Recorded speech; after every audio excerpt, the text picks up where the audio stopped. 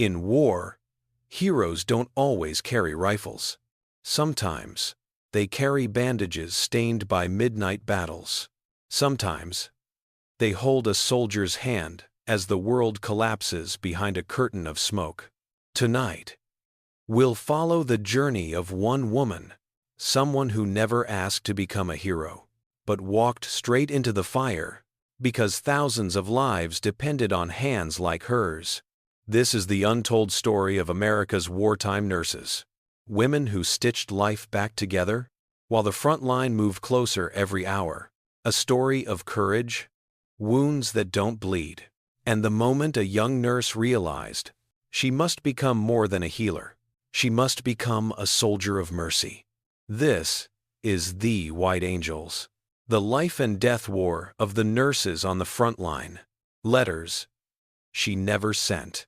Boston, winter of 1942.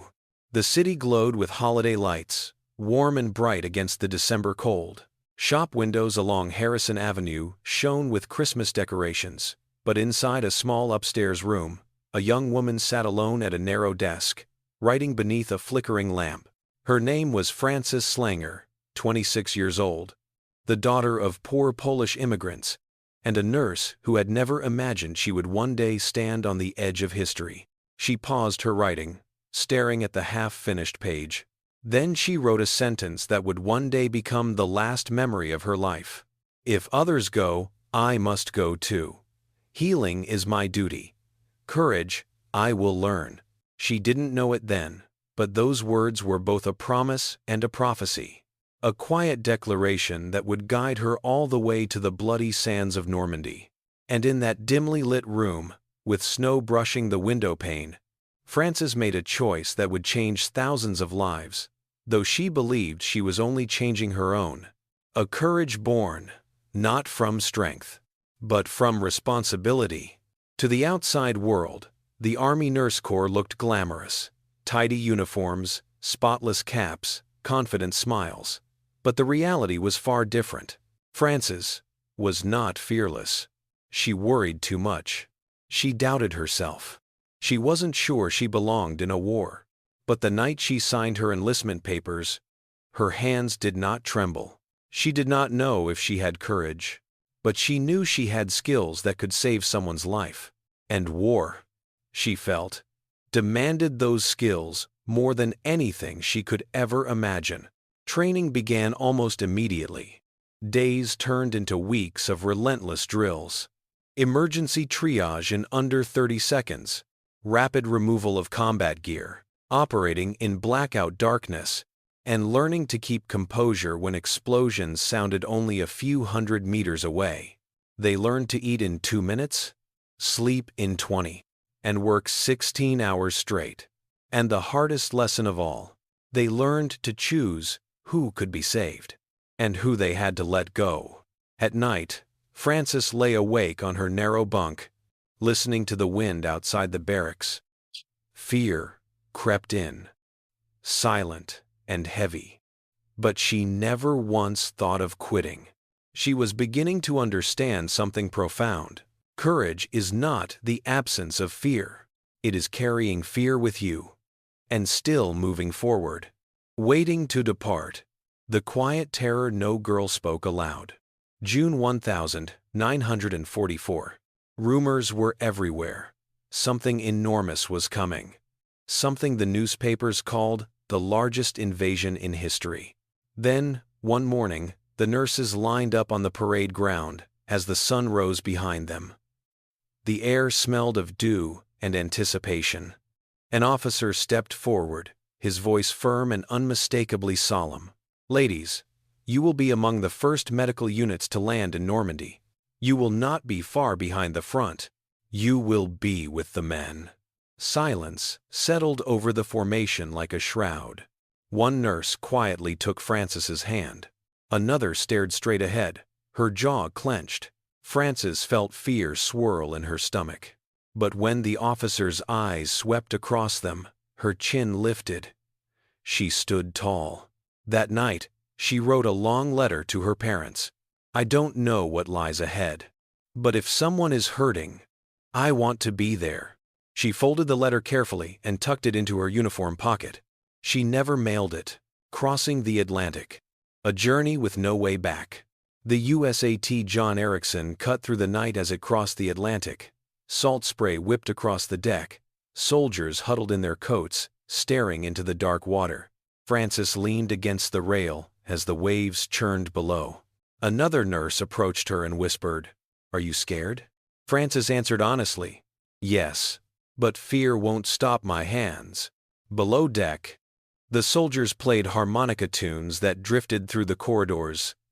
Lonely, fragile melodies from boys who might never return home. In the dimly lit hold, the final training sessions continued. 30-second triage drills. Morphine rationing under scarcity. Rapid surgical preparation.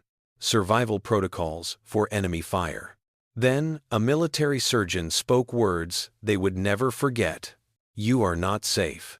Nurses die too." For a moment, the ship felt unbearably silent. Frances closed her eyes, took a breath, and steadied herself. The girl she had been in Boston, the girl who doubted herself, was already fading away.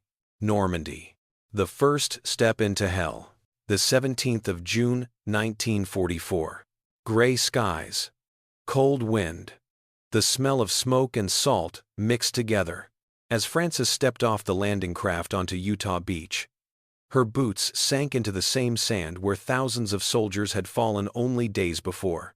No one spoke. No one could.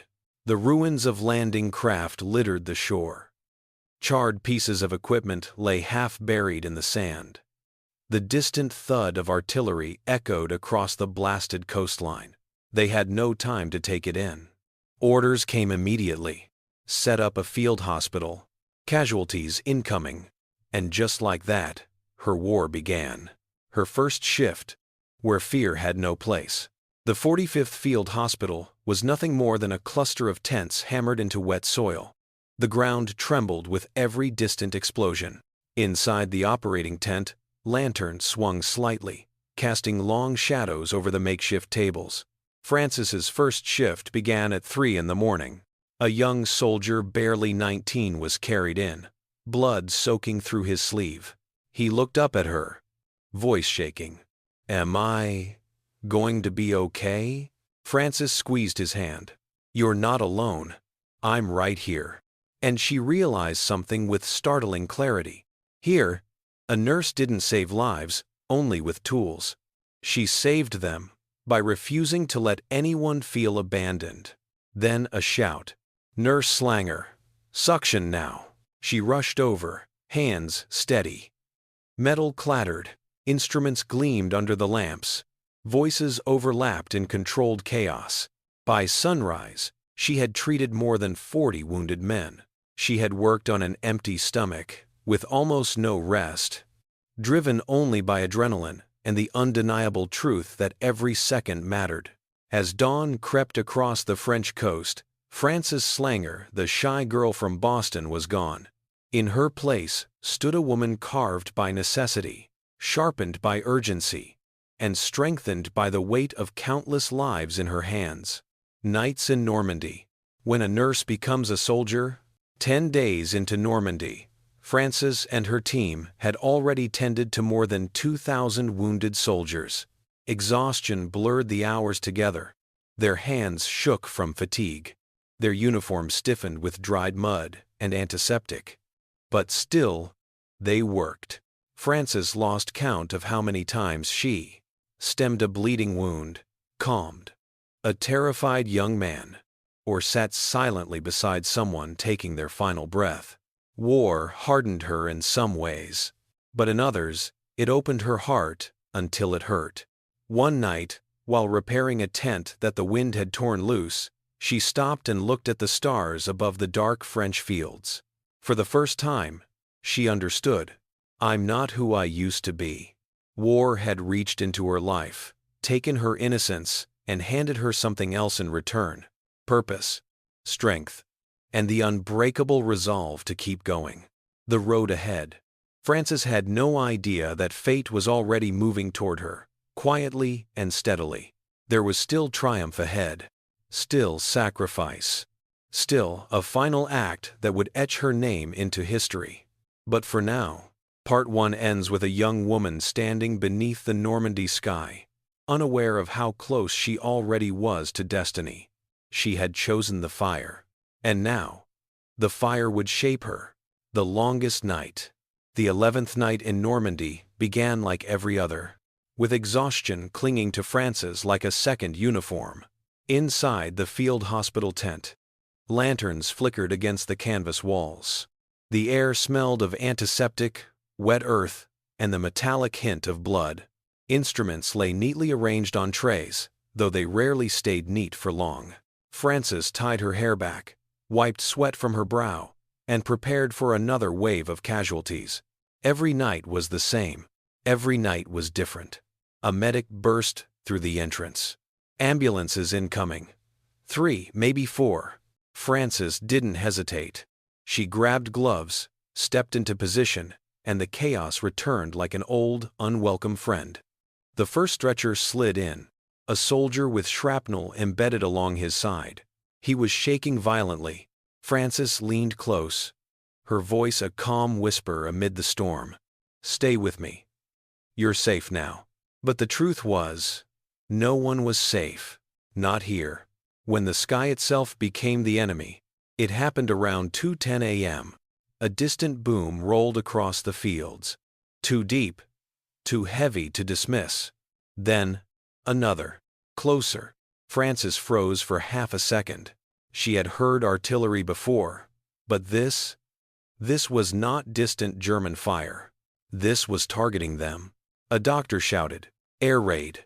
Lights down now. Lanterns were extinguished instantly. The tent plunged into darkness so total it felt like the world had vanished. Outside, the scream of enemy aircraft tore the sky apart. Frances crouched beside her patient, covering his head with her arm. The ground trembled. A bomb landed somewhere behind the hospital. A thunderclap of dirt and metal thrown high into the night. Screams erupted. Tents shook violently. Dust rained from the beams overhead. But Frances didn't move from her patient. She didn't run. She whispered, "You're going to make it. I promise you." The man was unconscious. He couldn't hear her.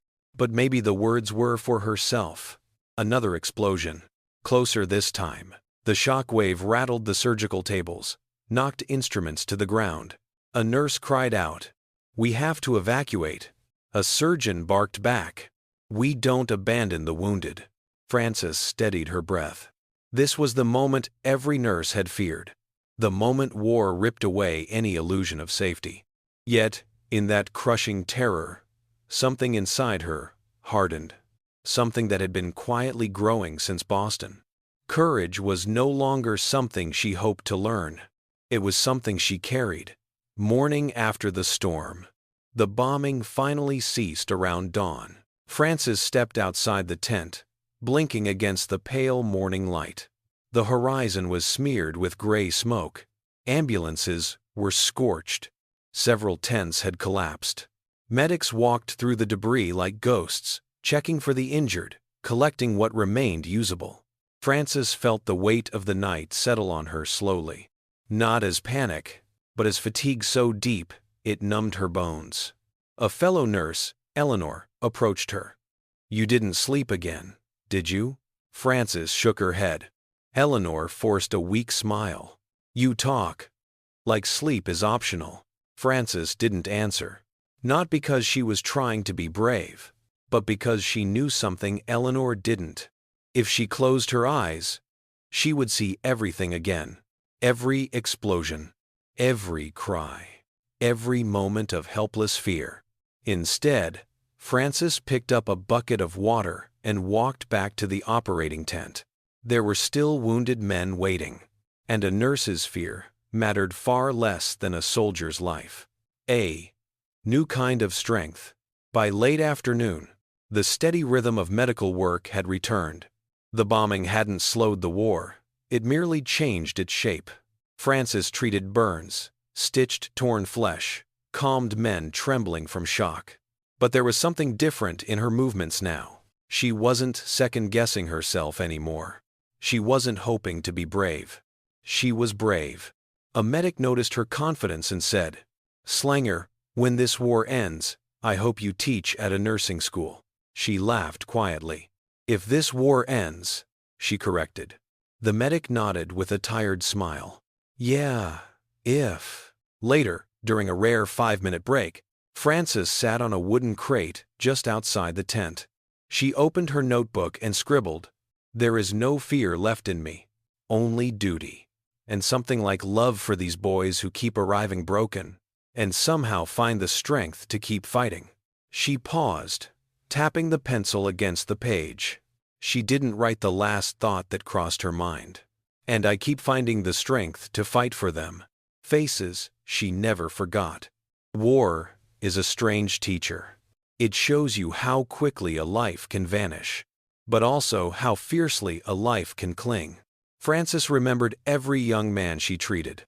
There was Private Dawson, who had lost too much blood, but refused morphine because he wanted to stay awake long enough to see the sunrise.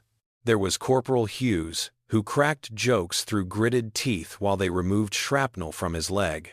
There was 19-year-old Daniel, a farm boy from Iowa, who asked her to write a letter to his mother for him.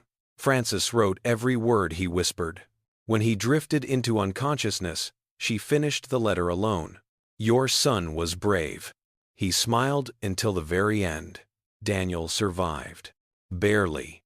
But Frances never forgot the moment his breathing steadied. The relief she felt was overwhelming, like surviving a wave that had threatened to drown her. She realized then, saving a life feels like reclaiming a part of yourself that the war tried to take. The night she learned what it truly means to lead. As the summer deepened, the casualty numbers surged again. This time, the wounded arrived in overwhelming waves. So many that even the surgeons struggled to keep up. During one frantic evening, the chief nurse collapsed from exhaustion. The room spun around her, and she had to be carried out. Without hesitation, Frances stepped into her place. No one told her to. No one needed to. She guided younger nurses through triage. She organized the flow of patients. She even directed a medic on how to stabilize a soldier with internal bleeding until a surgeon could see him. Her voice was steady. Her commands were clear. She moved with the confidence of someone who understood exactly what was at stake. Eleanor whispered to her during a brief lull, "You've changed." "Frances." Frances replied softly, "No, I've become who I was supposed to be." A letter that should have reached the boys. On a rare, quiet evening in early autumn, Frances sat at a small wooden table inside the dimly lit tent. Her hands were tired, but her heart was full. For weeks, she had watched soldiers endure unspeakable hardships without complaint. She had watched them fight, heal, and sometimes die. She wanted to say something to them, something that wasn't medical instructions or urgent orders, something human. So she began to write, not to her parents, not to another nurse, but to the soldiers themselves. She wrote, "You are the bravest men I have ever known. You complain so little, though you suffer so much. You thank us with smiles, even when the world is falling apart. If only your families could see your courage." She paused, breathed deeply, and continued, "We nurses see everything. Your pain, your courage, your fear, though you try so hard to hide it. And we stand with you, not behind you. You are our boys, and we will not abandon you." The letter was simple, honest, beautiful. She folded it, intending to send it to the Stars and Stripes military newspaper the next day. She didn't know that this letter would become the final gift she ever offered the world. What she didn't know. Night fell over the Normandy countryside. Cold wind rustled the canvas of the hospital tents. Lanterns glowed softly, casting amber halos on the ground. Frances tucked the letter into her breast pocket. She smiled faintly to herself as she stepped outside for a breath of fresh air. She didn't know that enemy artillery had adjusted its range. She didn't know the shell fire would reach farther than before. She didn't know that within 24 hours, her life would take a turn from which she would not return. With a woman who has walked through fire and emerged stronger, steadier, and truer than she ever imagined. The storm is coming for her. But tonight, Frances stands beneath the quiet French sky, believing she has more time. She doesn't.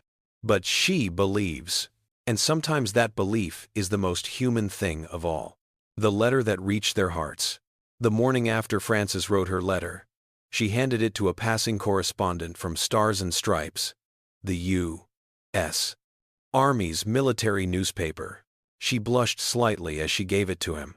"It's nothing special," she murmured. The correspondent scanned the first couple of lines and stopped walking. "Nurse, this is beautiful." Frances smiled, embarrassed but grateful. "It's just the truth." He folded the letter carefully, almost reverently, and tucked it into his satchel. "I'll make sure they read it," he told her. Frances didn't know it yet, but those words would echo far beyond that day. She went back to her rounds, cleaning bandages, checking pulses, soothing frightened young men who had seen too much. Her hands moved with discipline. Her voice remained steady. But deep inside, she felt lighter. She had finally said what every nurse felt. That night, Frances sat outside for a moment, watching clouds drift across the moon. She whispered into the cool French air, "I hope they know we believe in them." She hoped the soldiers would read her words and feel even for a moment seen, valued, loved. She had no idea that this letter would become her legacy. The front moves closer.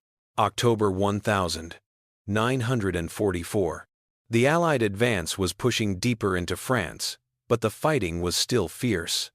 The front line shifted like an unpredictable tide, sometimes miles away, sometimes dangerously close.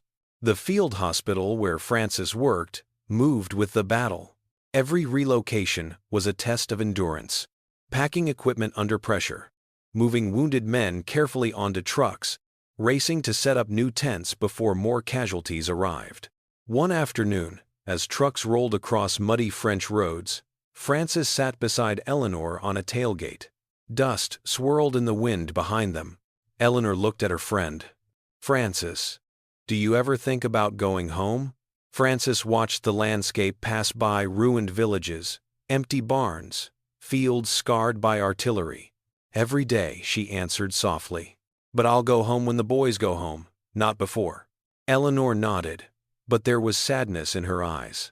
"You've already given so much." Frances didn't answer. She didn't know how to explain that giving was the only thing keeping her going. The sound that froze the world. The new location was a small French hamlet near the front line, quiet, eerie. The kind of place where every window seemed to watch you. The field hospital was set up behind a row of hedgerows. The ground was damp. The air smelled of rain and distant smoke. By nightfall, lanterns lit the tents. Generators hummed. The nurses moved like silhouettes across the camp, tending to their endless tasks.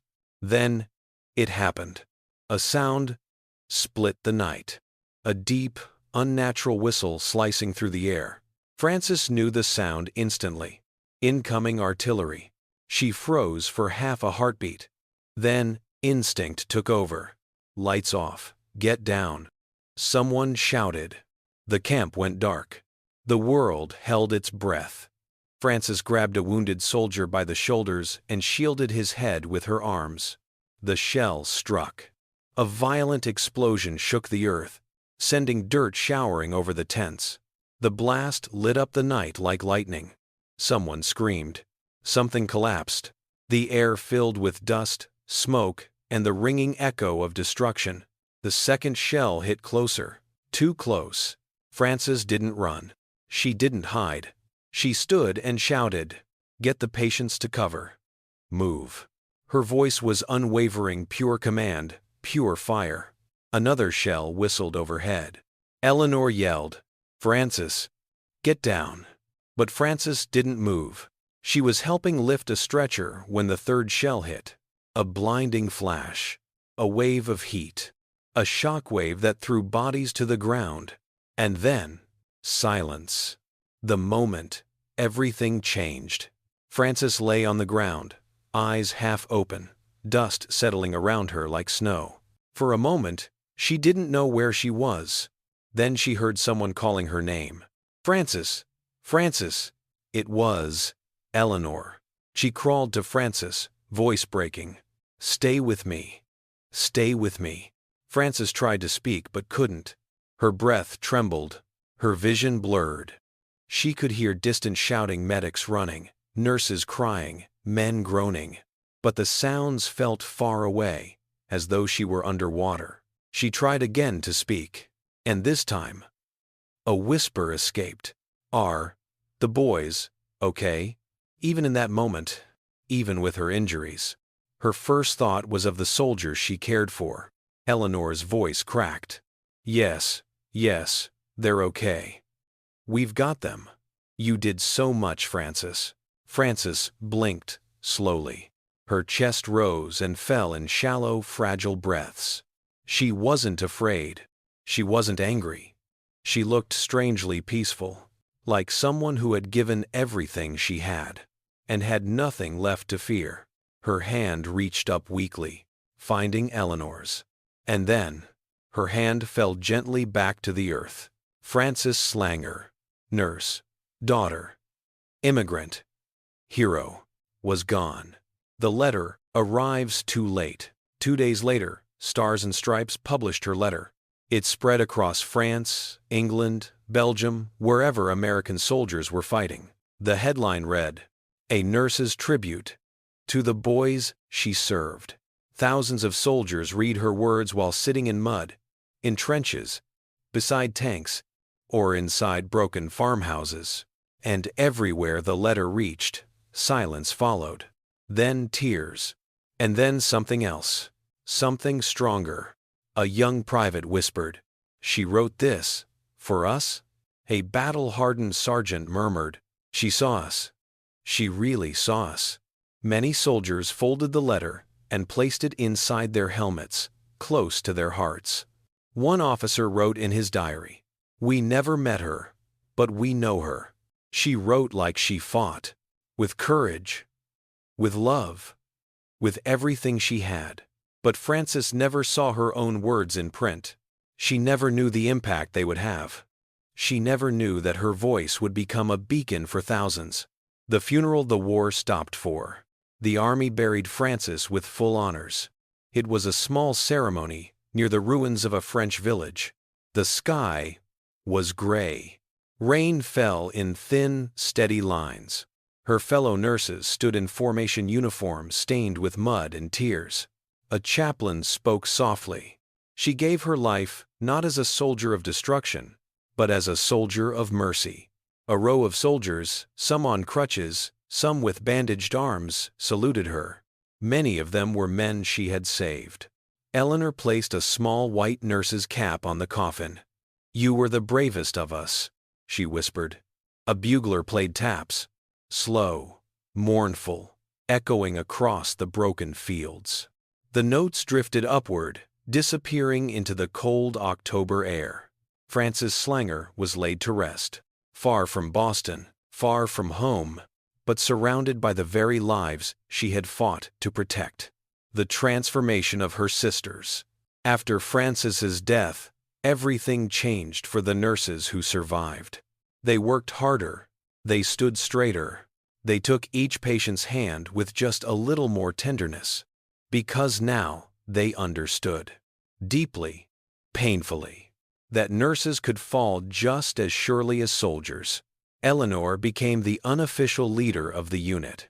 She often told younger nurses, "Remember why Frances stayed standing that night. Not for glory, not for heroism, but because someone needed her." The nurses began referring to Frances by a new name, the angel who never ran. And the nickname stayed with them for the rest of the war and long after. A legacy she never saw. Months passed. The war dragged on. But Frances's letter continued to circulate. It was reprinted, shared, read aloud, carried into battle. It reminded soldiers that they mattered. It reminded nurses that their work was sacred. It reminded the world that heroism isn't always loud or violent. Sometimes heroism is a pair of trembling hands that refuse to stop working. Sometimes it is a quiet voice, whispering comfort during chaos. Sometimes it is a young woman who gives everything she has and expects nothing in return. Frances Slanger did not live to see peace, but she became a symbol of the very thing war tries hardest to destroy: human compassion. After the silence, when the artillery finally ceased, when the smoke thinned, when the rumbling of the battlefield drifted farther and farther away, a strange quiet settled over the 45th Field Hospital. It wasn't peace. Peace was still months, perhaps years away, but something had ended, and something else had begun. Eleanor stood outside the tent where Frances had once worked. The canvas flapped softly in the wind, as if breathing. Inside, the cot where Frances slept had been neatly folded away. Her medical kit, what remained of it, had been collected, cleaned, catalogued. Her presence lingered like a soft, invisible imprint on every surface. A young nurse approached Eleanor. "Ma'am, should we assign someone new to her station?"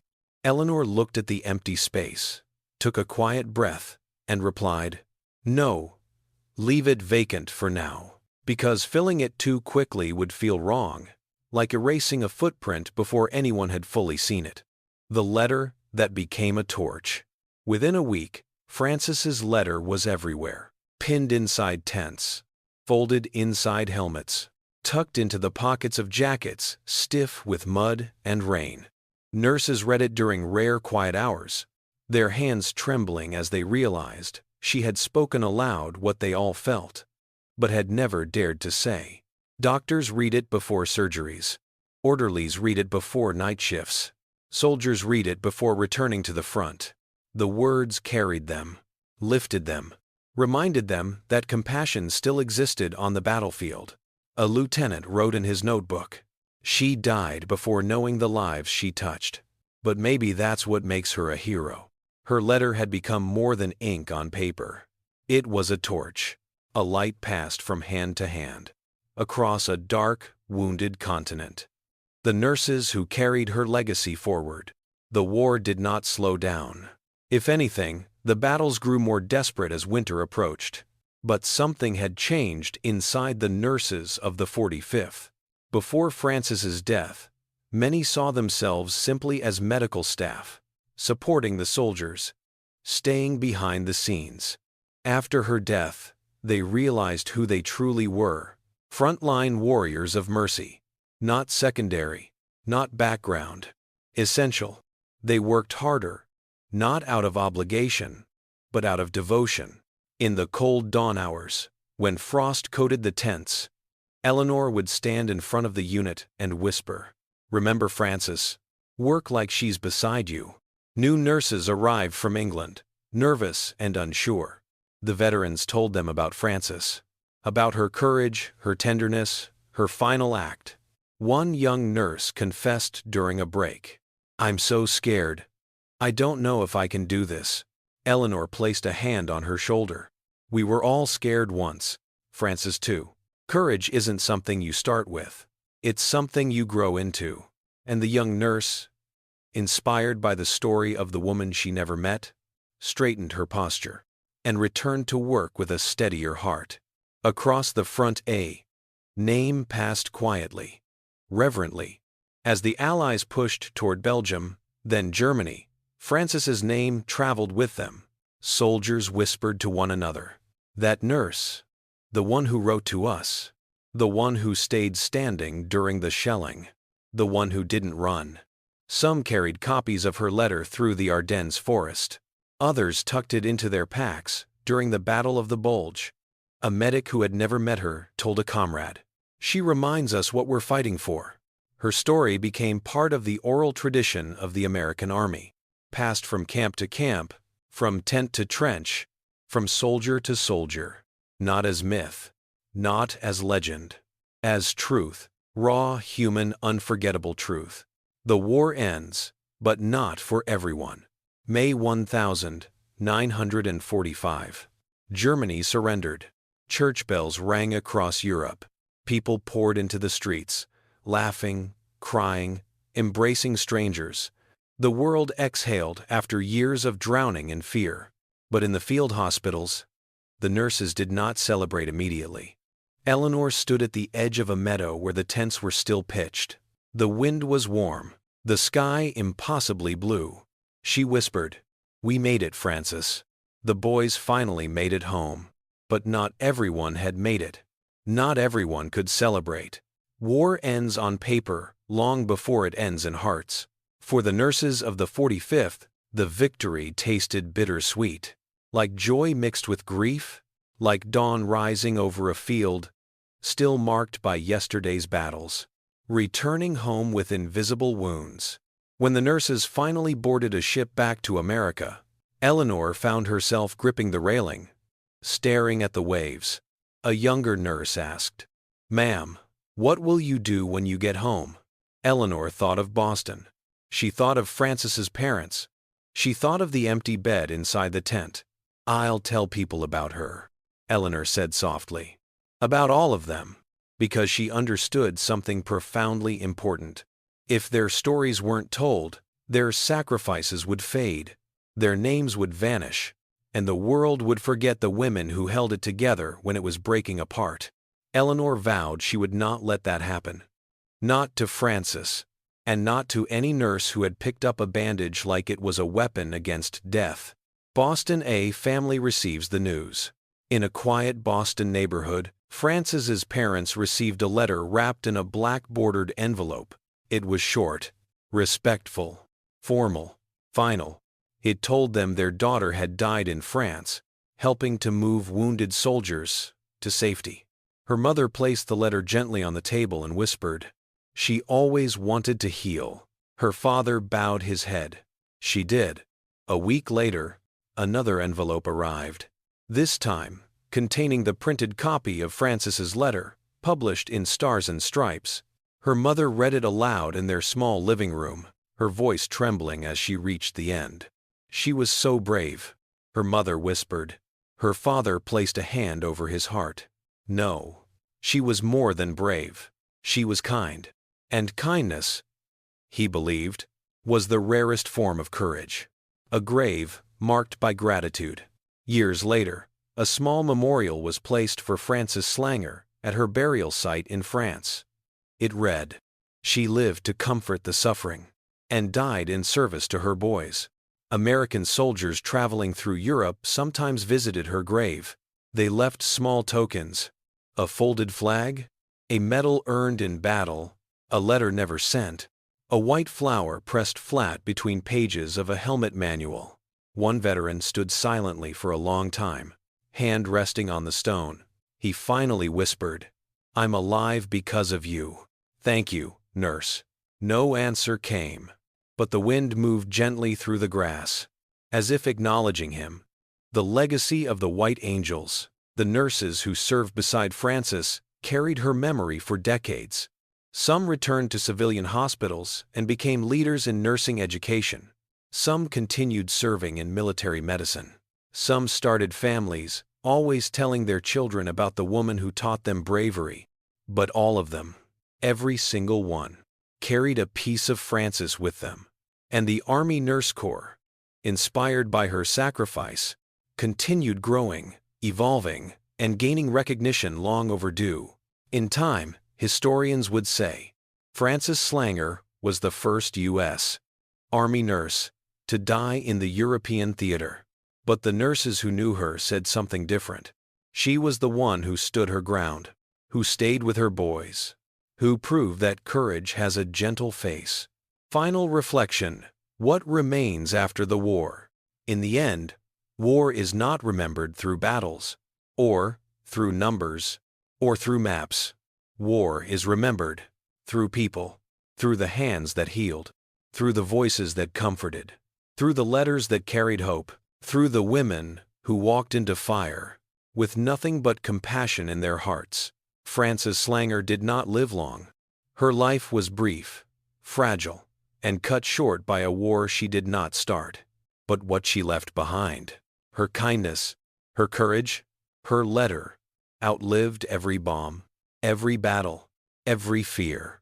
She became a symbol of the quiet heroism that shapes history, a reminder that even in humanity's darkest hours, light can survive. And so, as the final scene fades, and the music swells, slow, emotional, dignified, we leave her story with the words she never got to hear spoken back to her. Thank you, Frances, for your service, for your courage, for your heart. The white angels will be remembered.